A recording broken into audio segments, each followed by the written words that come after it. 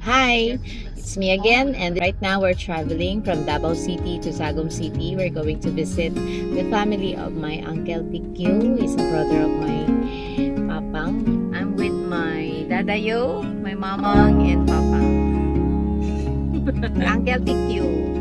He passed away na. Kailan nga namatay si Uncle Tikyu, Pang? 2 years ago. Hindi ako marinig ng tatay ko kasi medyo may pagka-pingy siya.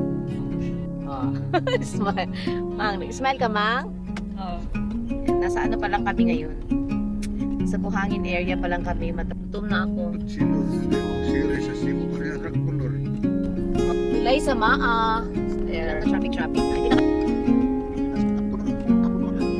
Ano daw? Ako ko na. Pang, lalibita pang. Kuan lang good. Snacks. Kay ipanggutom kay wala pinamahaw. Yay! Dito na ang ating Jollibee! Bangko!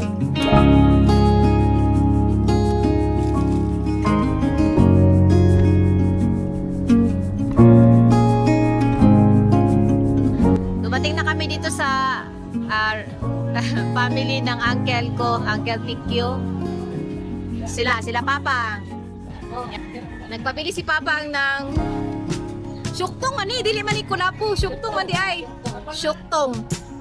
Tambal daw ko no, ingon siya. Inom na siya. Burot na daw ang tiyan mo. Mang, sino ako?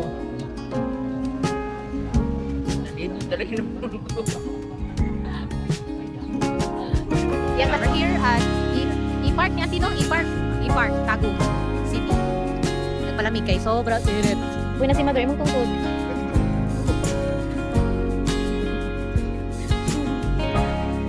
So hot the weather. Grass? May pavilion. Sobrang init ngayon. It's 2 p.m. Nandito kami ngayon sa park. Dito naliwas namin ang tatay ko sa inumin. Pabili siya ng syuktong kanina. Isa. And then later, hindi ko napansin. Ipahapon ka. So naisip ko, ipasya na lang itong mga matatanda para maiwas siya sa inumin. Hindi niya mainom yung mga pinabili niya doon. Para masinana diha.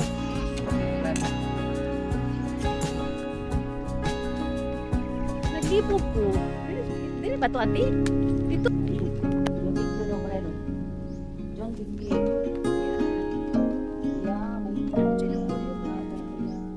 March 17.